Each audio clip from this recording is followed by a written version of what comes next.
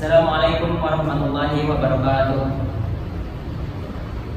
Innal hamdalillah nahmaduhu wa nasta'inuhu wa nastaghfiruh wa na'udzu billahi min shururi anfusina wa min sayyiati a'malina.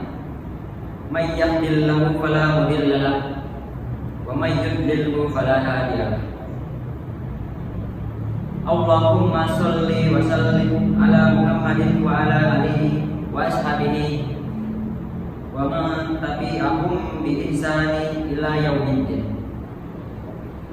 Ya ayyuhalladzina amanu ittaqullaha haqqa tuqatih wa la tamutunna illa wa antum muslimun.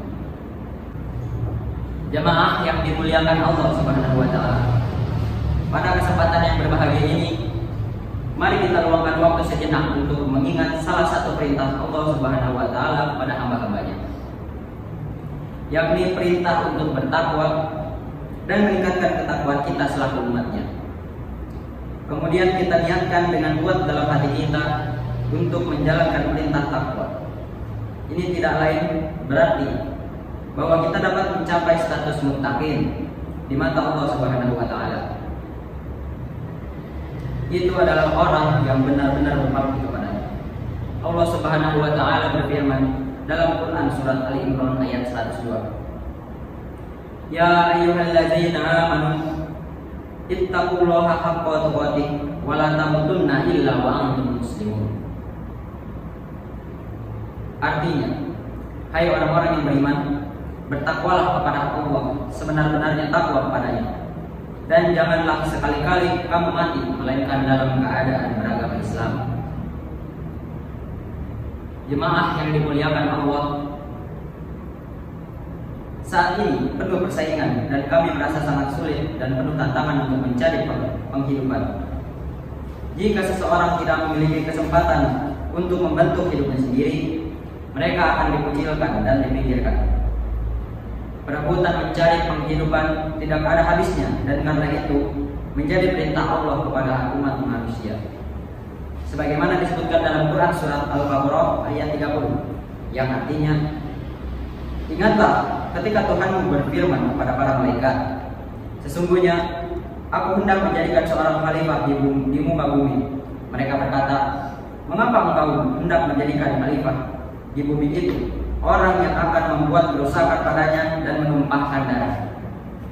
Padahal kami senantiasa bertasbih dan memuji engkau dan mensucikan engkau. Tuhan berfirman, sesungguhnya aku mengetahui apa yang tidak kamu ketahui. Sekelompok sahabat Nabi mengatakan bahwa Allah Subhanahu wa taala berfirman kepada para malaikat, sesungguhnya aku hendak menjadikan seorang khalifah di muka bumi. Mereka malaikat berkata, bagaimana sifat-sifat khalifah Anda itu? Allah menjawab, ia memiliki keturunan yang akan membuat kerusakan di muka bumi. Mereka saling mendengki dan menumpahkan darah. Ma'asyiral muslimin, jamaah sidang Jumat yang dimuliakan Allah Subhanahu wa taala, kecemburuan adalah sifat yang muncul karena adanya pemicu. Dan pemicu utamanya adalah persaingan. Persaingan adalah berbagai dari sunatullah, hukum di muka bumi. Namun jangan sampai kita menjadi musuh satu sama lain karena saling mendengki. Nabi yang adalah guru kita sejak lama memperingatkan kita untuk menjauhi rasa iri dan dengki. Nabi berkata, takutlah pada kesombongan, karena sesungguhnya sifat sombong telah mendorong iblis untuk tidak mau bersujud kepada Adam. Mendorong Adam memakan pohon khuldi, takutlah kalian pada kedengkian, karena sesungguhnya keturunan Adam menumpahkan darah saudaranya karena rasa dengki. Ketiganya adalah sumber segala kejelekan.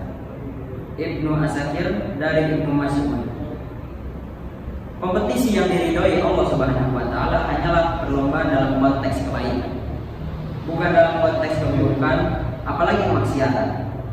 Untuk memenuhi perintah berlomba-lomba kebaikan, kita harus bisa membedakan mana yang boleh dan mana yang tidak boleh.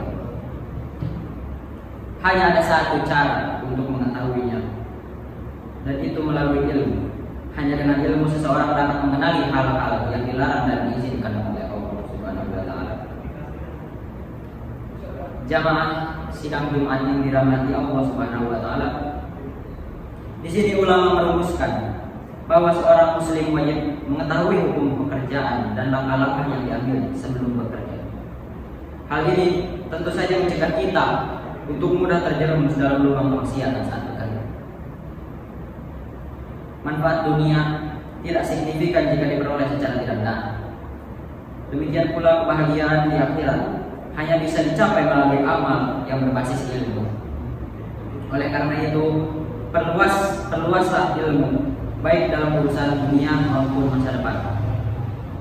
Sangatlah penting dan tidak boleh diabaikan oleh seorang muslim. Barakallahu li wa lakum fi Qur'anil azim wa nafa'ani wa iyyakum bima fihi minal ayati wa dzikril hakim. Aqulu qawli hadza wa astaghfirullah li wa lakum wa lisairil muslimina min kulli dhanbi fatagriluhu innahu wal ghafurur rahim. A'udzu billahi minasyaitonir rajim. Innallaha wa malaikatahu yusallu 'alan nabi ya ayyuhalladzina amanu sallu 'alaihi wa sallimu taslima. Allahumma shalli 'ala Muhammadin wa 'ala alihi Muhammad kama shallaita 'ala Ibrahim wa 'ala ali Ibrahim wa barik 'ala Muhammad wa 'ala ali Muhammad kama barakta 'ala Ibrahim wa 'ala ali Ibrahim fil alamin innaka Hamidum Majid. Allahumma shalli 'ala Muhammad wa 'ala ali wa ashabihi ajmain.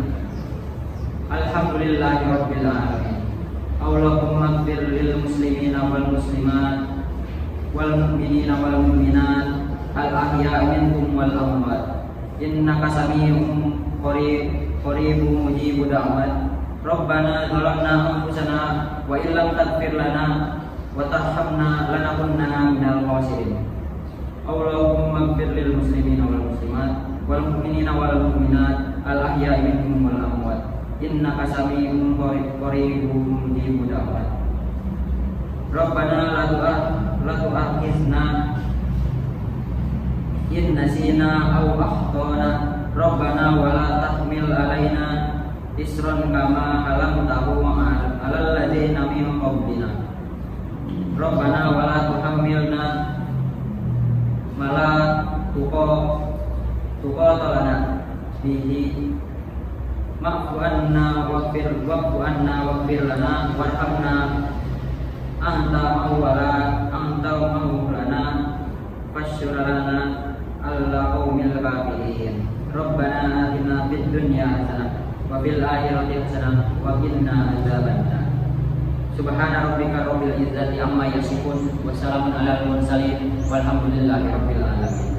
Wassalamualaikum warahmatullahi wabarakatuh.